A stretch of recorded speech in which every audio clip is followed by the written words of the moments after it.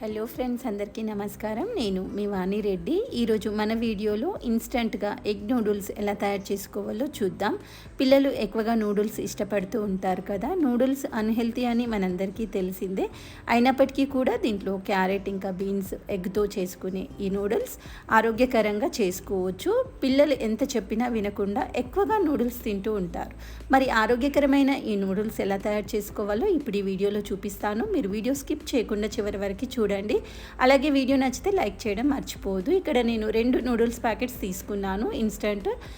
ఇక్కడ నేను తీసుకునే నూడిల్స్ ఫైన్ లైట్. ఇవి కుకట్పల్లి మెట్రో బ్రాండ్లో తీసుకున్నాను. మీరు మీకు నచ్చిన నూడిల్స్ బ్రాండ్ తీసుకోవచ్చు.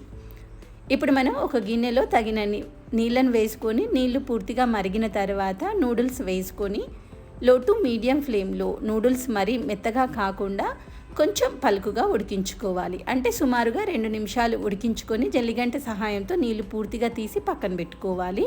ఇప్పుడు మరొక కడాయిలో 4 టేబుల్ స్పూన్ల ఆయిల్ వేసుకొని ఆయిల్ వేడెక్కిన తర్వాత ఉల్లిపాయ 1 సన్నగా తరిగి వేసుకోవాలి. క్యారెట్ 1, బీన్స్ 8 నుండి 10 తీసుకున్నాను. చిన్న ముక్కల్లాగా కట్ చేసుకొని అన్ని వైపులా కలుపుతూ లో టు మీడియం ఫ్లేమ్లో కొద్దిగా మెత్తపడే వరకు ఉడికించుకోవాలి. ఇప్పుడు తరిగిన టమాటో 1 వేసుకొని దాంతోపాటు కొద్దిగా ఉప్పు వేసుకోవాలి. ఉప్పు మీరు చూసుకొని వేసుకోండి. దీంట్లో ఉప్పు మరీ ఎక్కువగా వేసుకోకూడదు. ఇప్పుడు మిశ్రమాన్ని పూర్తిగా అంతా కలుపుకొని మరొక 2 నిమిషాల పాటు లో టు మీడియం ఫ్లేమ్లో ఉడికించుకున్న కూరగాయ ముక్కలని సైడ్కి తిప్పుకోవాలి. ఇప్పుడు మధ్యలో 2 కోడిగుడ్లను కొట్టి పోసుకోవాలి.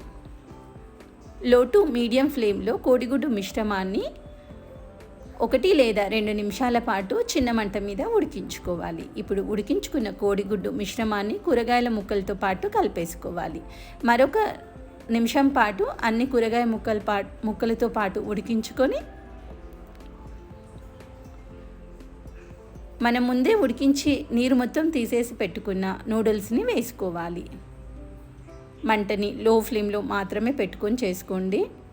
ఇప్పుడు నూడిల్స్కి వచ్చిన మసాలా ప్యాకెట్స్ 2 తీసుకున్నాను. మనం నూడిల్స్ 2 ప్యాకెట్స్ తీసుకున్నాం కదా, దాంతోపాటు వచ్చిన నూడిల్స్ మసాలాను వేసుకొని సన్నగా తరిగిన కొత్తిమీర తరుగును వేసుకోవాలి. ఇప్పుడు అంతా ఒకసారి కలుపుకోవాలి. మరొక నిమిషం పాటు చిన్న మంట మీద ఉడికించుకొని స్టవ్ ఆఫ్ చేసుకోవాలి.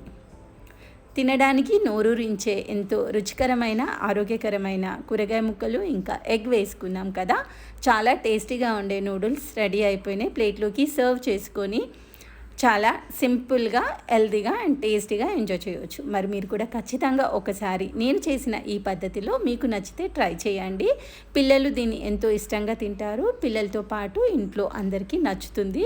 మరి మీకు ఈ వీడియో నచ్చిందని నేను అనుకుంటున్నాను. నచ్చితే ఒక లైక్ చేయండి. అలాగే ఛానల్ ఫస్ట్ టైం చూసేవాళ్ళు సబ్స్క్రైబ్ చేసుకోకపోతే సబ్స్క్రైబ్ చేసుకొని పక్కనే ఉన్న బెల్ ఐకాన్ గుర్తు మీద క్లిక్ చేయండి. మరో వంటకంతో తిరిగి కలుద్దాం.